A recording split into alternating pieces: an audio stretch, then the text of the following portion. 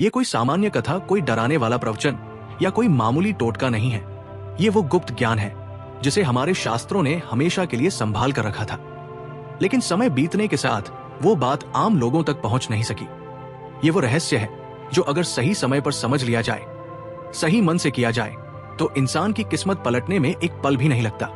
हमारे सनातन धर्म में हर चीज, हर रिश्ता, हर अवस्था के पीछे एक गहरा अर्थ और अपार शक्ति छिपी हुई है, लेकिन पीढ़ी दर पीढ़ी कई बातें या तो भुला दी गई या गलत तरीके से समझाई गई। इसलिए आज जब आप ये सुन रहे हैं तो पूरे दिल से सुनिए, क्योंकि हो सकता है कि आज का यही ज्ञान आपकी तिजोरी का ताला खोल दे, आपके घर की बरकत लौटा दे और आपकी आने वाली पीढ़ियों तक धन, सुख और समृद्धि का प्रवाह छोड़ जाए। भक्तों, आज की बात एक विधवा स्त्री से जुड़ी है। समाज उसे दया की नजर से देखता है। कभी कभी लोग उसे अशुभ तक मान लेते हैं। किसी जगह उसे पूजा से दूर रखा जाता है। कई लोग उसके सामने शुभ काम होने से डरते हैं। लेकिन सच क्या है? सच ये है कि जिस स्त्री ने अपने पति को खो दिया, जिसने अपना सुहाग खो दिया, जिसने अपनी दुनिया खो दी, वो दुनिया की सबसे शक्तिशाली आत्माओं में से एक बन जाती है। क्योंकि भक्तों, जब बाहरी श्रृंगार खत्म होता है तो भीतरी ही तेज जाग जाता है। जब मन का सबसे बड़ा दुख झेल लिया जाता है तो आत्मा तपस्वी बन जाती है। जब जीवन की सबसे भारी परीक्षा दे दी जाती है तो भीतर ऐसी ऊर्जा पैदा होती है जो किसी साधु, किसी रस, किसी योगी से कम नहीं रहती। भक्तों, हमें से कई लोग लक्ष्मी को प्रसन्न करने के लिए सोना, चांदी, बड़े अनुष्ठान, महंगे दान, इन सब की तरफ दौड़ते हैं। लेकिन हम भूल जाते हैं, ईश्वर दिखावे से नहीं, भावना से प्रसन्न होता है। यह माता लक्ष्मी सोने से नहीं, पवित्र मन और कर्म से आकर्षित होती है। और सबसे बड़ा सत्य, जहाँ एक तपस्वी आत्मा का आशीर्वाद मिलता है वहाँ कभी दरिद्रता टिक नहीं सकती। और एक विधवा स्त्री वो तपस्वी नहीं, चलती फिरती तपस्या है। वो त्याग की मूर्ति है। वो दुख से शुद्ध हुई आत्मा है।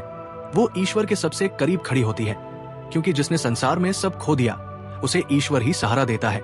इसलिए भक्तों, अगर किसी व्यक्ति के जीवन में धन की कमी हो, कर्ज ना उतर रहा हो, दुकान ना चल रही हो, नौकरी अटक गई हो, घर में बरकत ना टिक रही हो, चाहे कितनी मेहनत करो लेकिन किस्मत साथ ना दे रही हो, तो इसका समाधान पैसे, पूजा, अनुष्ठान या भागदौड़ में नहीं, एक तपस्वी आत्मा की कृपा में छिपा है। अब प्रश्न उठता है, ऐसी स्त्री से क्या मांगना चाहिए? धन, कपड़े, खाना, उपहार नहीं भक्तों, इनके बदले आपको बस क्षणिक चीजें मिलें। 2 दिन फायदा होगा, फिर वही दशा लौट आएगी। वह चीज जो मांगनी है वो अदृश्य है, पर उसका असर पूरा जीवन बदल देता है। और ये सुनकर पहले पल में आप चौंकेंगे। आपको उस विधवा स्त्री के दुखों का एक छोटा सा अंश मांगना है। हाँ भक्तों, दुखों का अंश यकीनन। ये सुनते ही मन में सवाल उठता है, कोई दुख क्यों मांगे? लेकिन यही वो स्थान है जहाँ गुप्त आध्यात्मिक विज्ञान छिपा है।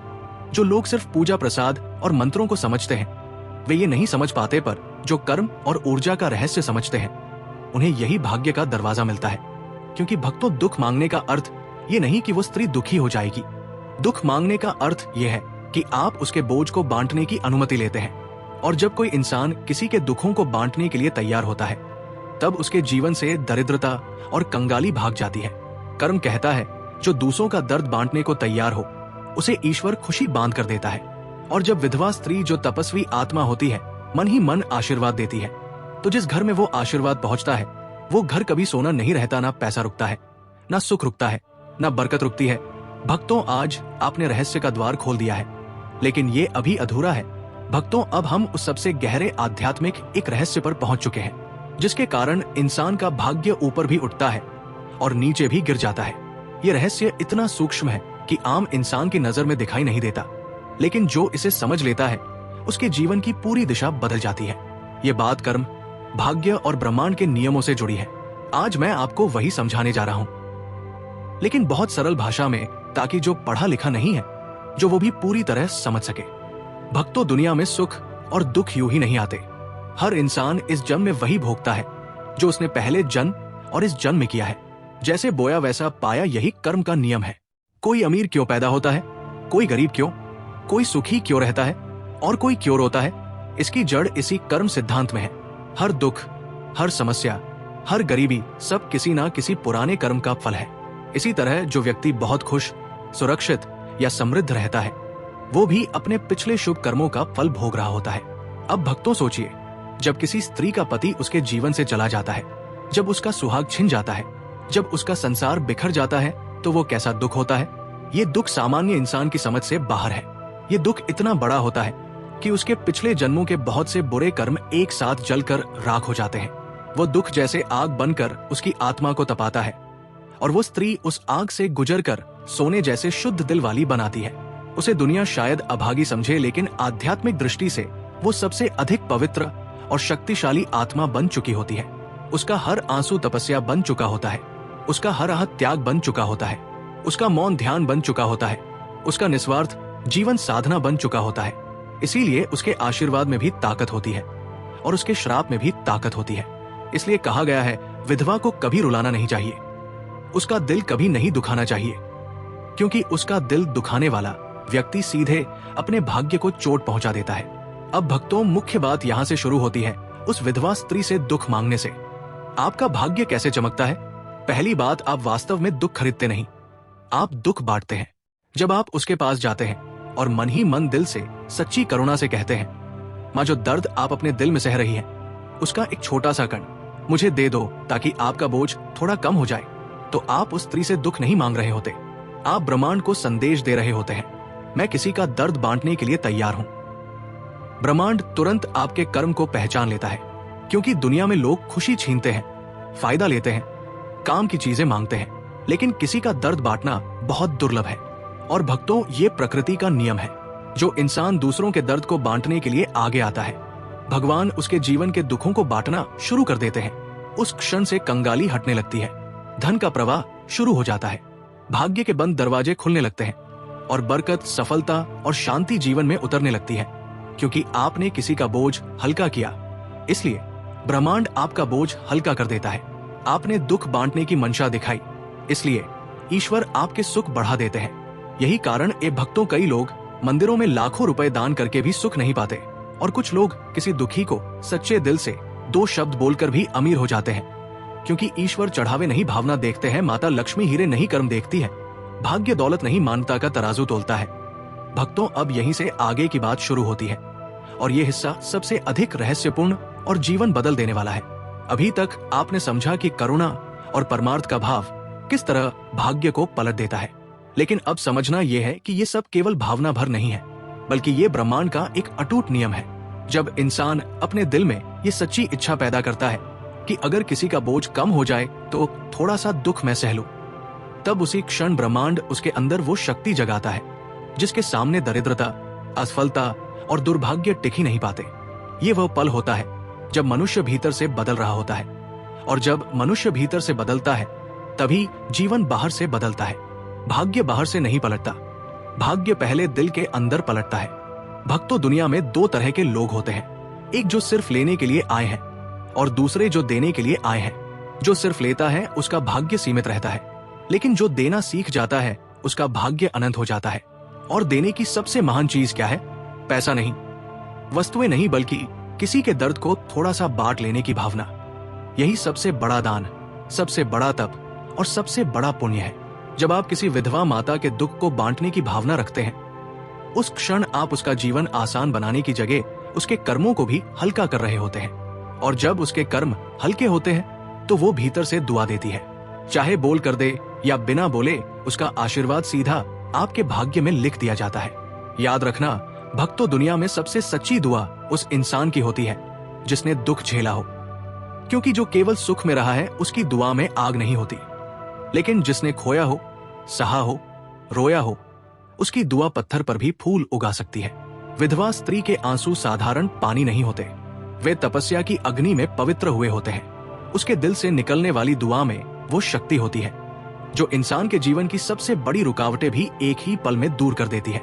और जब आप उसके दुख के साथ खड़े होते हैं, बिना कुछ मांगे, बिना कोई पहचान चाहे, बिना कोई बदले की इच्छा रखे, तब ब्रह्मांड आपकी किस्मत को उस जगह से उठाकर उस जगह पहुंचा देता है जहां आप खुद भी कभी पहुंचने की कल्पना नहीं कर पाए थे। भक्तों, करुणा ब्रह्मांड की सबसे ऊंची तरंग है। धन उसकी छाया है, किस्मत उसकी दासी है और समृद्धि उसका परिणाम है। जिस दिन मन में करुणा पैदा हुई, उसी दिन घर में बरकत का प्रवाह शुरू हो गया। सोचो, एक दिल जो किसी और के आंसू मिटाने के लिए तैयार है, भगवान उसे आंसू कैसे देंगे? एक मन जो किसी और की तकलीफ बांटना चाहता है, भगवान उसे तकलीफ कैसे देंगे? ऐसा नहीं हो सकता। भगवान बहुत न्यायप्रिय है, लेकिन उससे भी ज्यादा दयालु है।